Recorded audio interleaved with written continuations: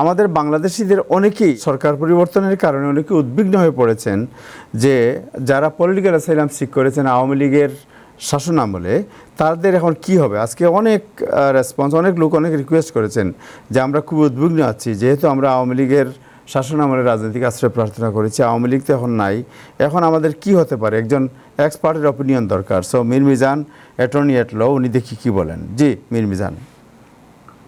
ধন্যবাদ। সংক্ষেপ উত্তর হচ্ছে যে না, অসুবিধা হবে না।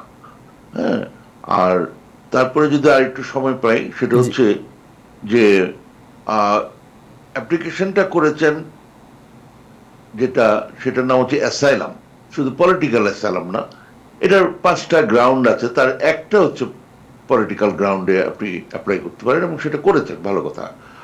আর এছাড়াও এই পুরো যেই প্রসেসটা, যেটার জন্য অ্যাপ্লাই করেছেন, এটাকে ওই 3 in 1 বলা চলে, যে একই অ্যাপ্লিকেশনে আপনি অ্যাসাইলাম এবং 2 ধরনের উইথহোল্ডিং অফ রিমুভাল আপনি পেতে পারেন। একটা হচ্ছে আমেরিকান আইনের আন্ডারে, একটা সেটা হচ্ছে আইএনএস সেকশন 241(b)(3), আর এটা হচ্ছে জাতিসংঘের আইনের আন্ডারে, কনভেনশন এগেইনস্ট টর্চারের আন্ডারে আপনি পেতে পারেন। তো এই হচ্ছে ব্যাপারটা, ফলে আপনার স্কোপটা খুব সীমিত না, এগুলো একটা। আর এখানে বেশ কিছু ওই এলিমেন্টস আছে, তার মধ্যে প্রথম হচ্ছে আপনার যেটা মেক শিওর করতে হবে, আপনার ক্রেডিবিলিটি যেন আপনার পজিটিভ হয়। ওটা যদি হয় তাহলে আপনি একটা বড় এগিয়ে গেলেন, বেশ খানিকটা এগিয়ে গেলেন, এইগুলো একটা।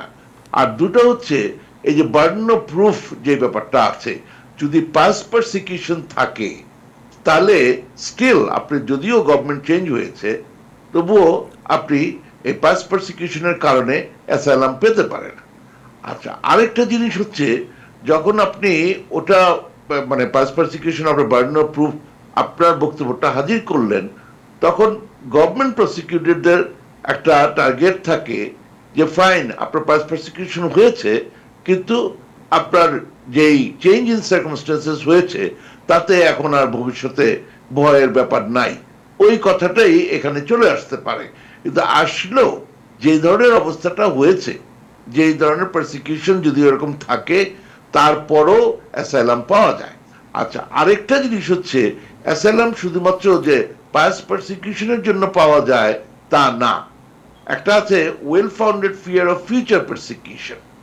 এরকম যদি কোনো ঘটনা এর মধ্যে থাকে, যেমন প্রচুর মানুষ যারা অ্যাসাইলাম অ্যাপ্লিকেশন বর্তমানে তাদের পেন্ডিং আছে, তাদেরটা বছরের পর বছর পেন্ডিং আছে।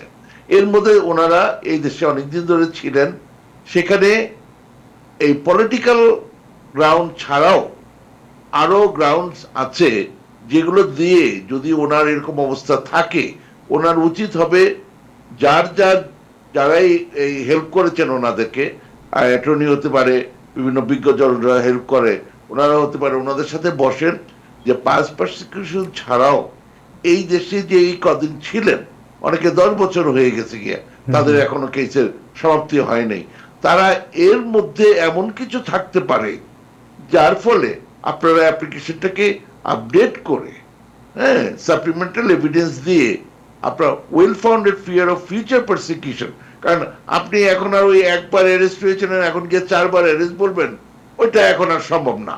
মানে মানে বুঝতেই পারছেন এটা ঠিক হবে না।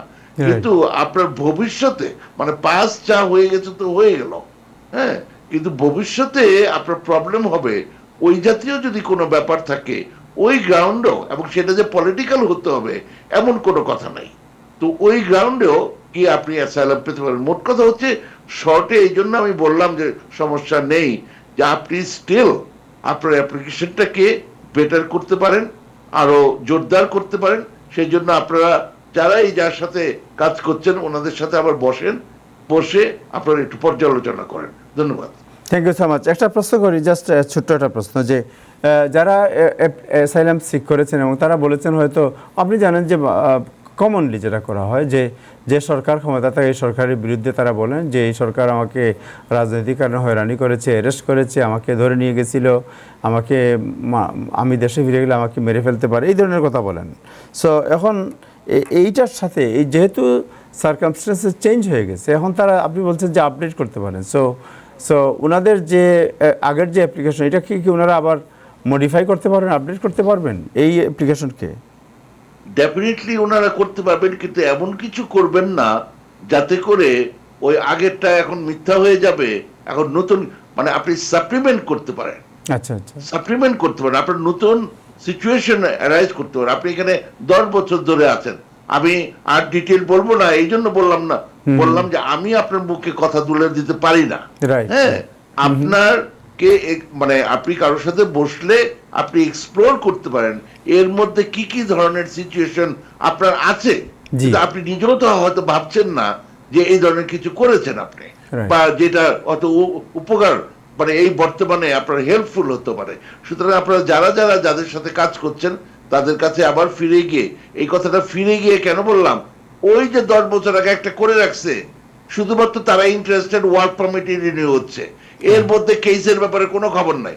এখন শুধুমাত্র একটু গভর্নমেন্ট চেঞ্জ হওয়ার পরে এখন কথাবার্তা শুরু হয়েছে, কেউ তাদের কেসটা ঠিক মতো কাজ করতেছে না।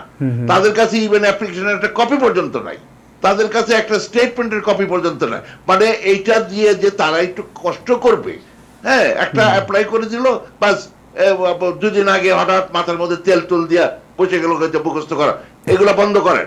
এটা একটা অত্যন্ত একটা ইম্পর্টেন্ট জিনিস। বহু লোক এখানে পিএইচডি করে বসে রয়েছে, গ্রিন কার্ড হয় না। আপনি এটা দিয়ে আপনার অনেক সুযোগ সুবিধা আসবে। আপনারা এটার উপর একটু যত্ন করেন, দেখবেন এটার উপর অনেক কাজ করা যায়। ধন্যবাদ। Thank you so much, thank you আপনাকে।